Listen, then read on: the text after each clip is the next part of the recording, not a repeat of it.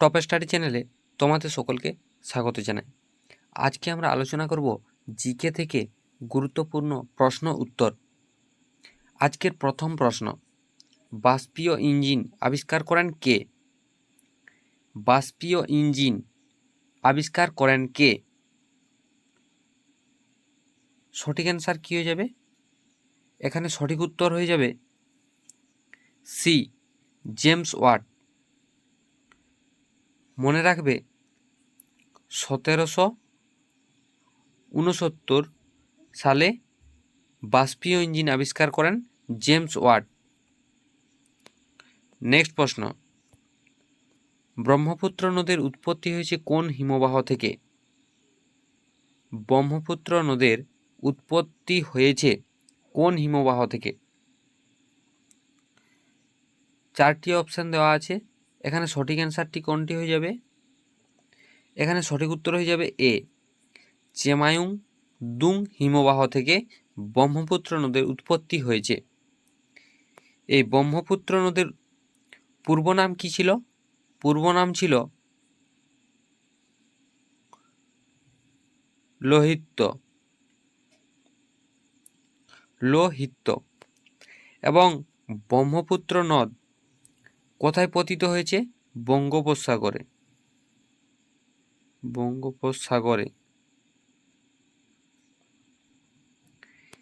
এই নদের দৈর্ঘ্য কত কিমি?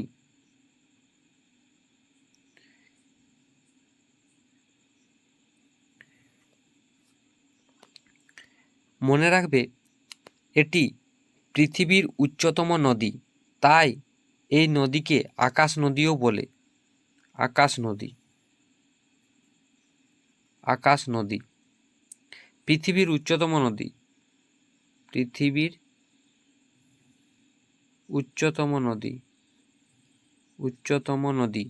তাই একে আকাশ নদীও বলে। এই নদীর দুটি উপনদীর নাম কি? তিস্তা, তোরসা, এগুলো তোমরা মনে রাখবে। নেক্সট প্রশ্ন, কলকাতার নাম কে আলীনগর রেখেছিলেন? কলকাতার নাম কে আলীনগর রেখেছিলেন? এখানে সঠিক উত্তরটি কি হয়ে যাবে? এখানে সঠিক উত্তর হয়ে যাবে সিরাজ উদ্দৌলা। সিরাজ উদ্দৌলার দাদুর নাম কি? আলীবর্দী খাঁ।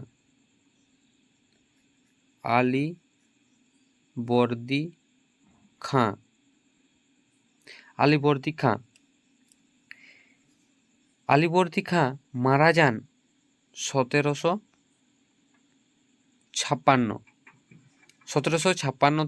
আলীবর্দী খাঁ মারা যান এবং এরপরেই সিংহাসনে বসেন সিরাজ উদ্দৌলা।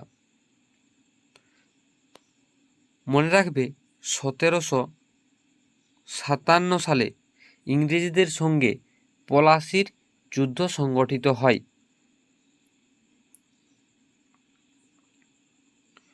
পরের প্রশ্ন, কে প্রস্তাবনাকে সংবিধানের আত্মা বলে মনে করতেন? কে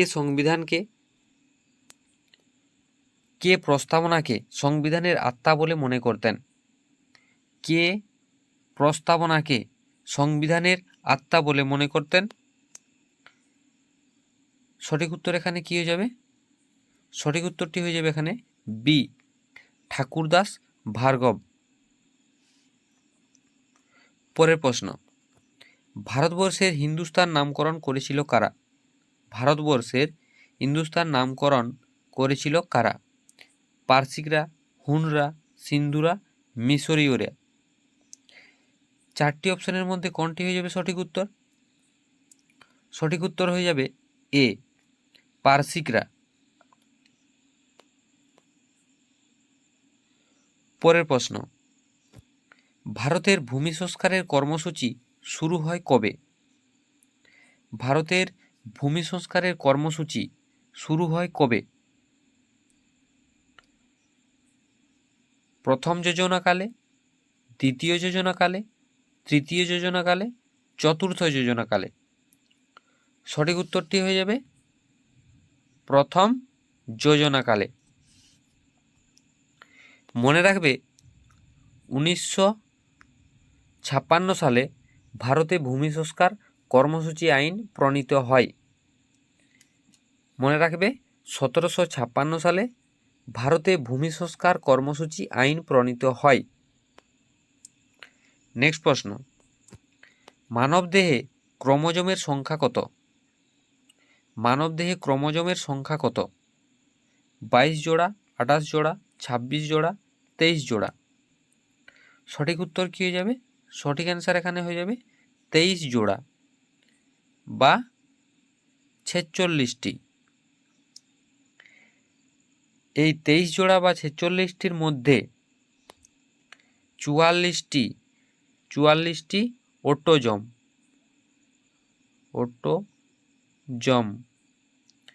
এবং দুটি হলো এলোজম।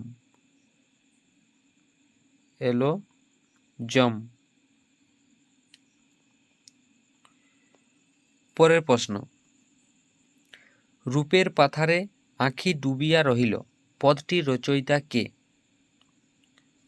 রূপের পাথারে আঁখি ডুবিয়া রহিল পদটির রচয়িতা কে? চণ্ডীদাস, জ্ঞানদাস, গোবিন্দদাস, বিদ্যাপতি? সঠিক উত্তর কোনটি হয়ে যাবে? সঠিক উত্তর এখানে হয়ে যাবে জ্ঞানদাস। মনে রাখবে চণ্ডীদাসের ভাবশিষ্য বলা হয় জ্ঞানদাসকে। চণ্ডীদাসের ভাবশিষ্য বলা হয় জ্ঞানদাসকে। পরের প্রশ্ন, ভারতে ইনকাম ট্যাক্স দিবস পালন করা হয় কবে? ভারতে ইনকাম ট্যাক্স দিবস পালন করা হয় কবে? সঠিক উত্তর কী হয়ে যাবে?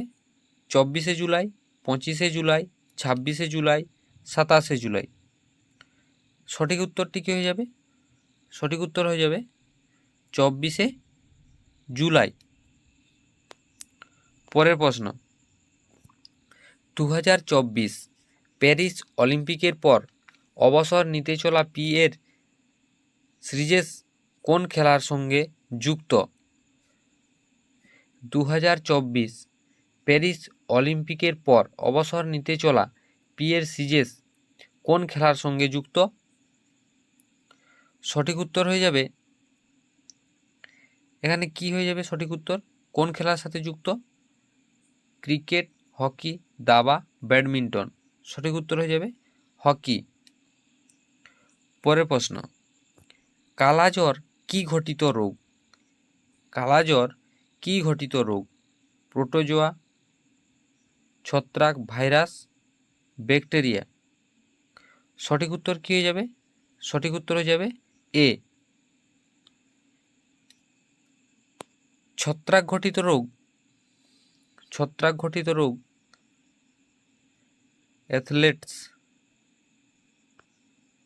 অ্যাথলেটস ফুট, এটি ত্বকের সমস্যা।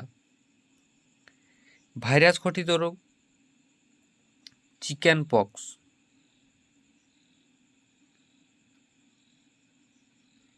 পক্স।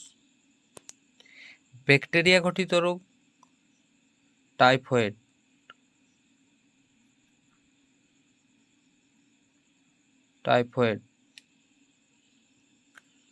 পরের প্রশ্ন, ধান চাষের জন্য বৃষ্টিপাতের প্রয়োজন হয় কত সেন্টিমিটার?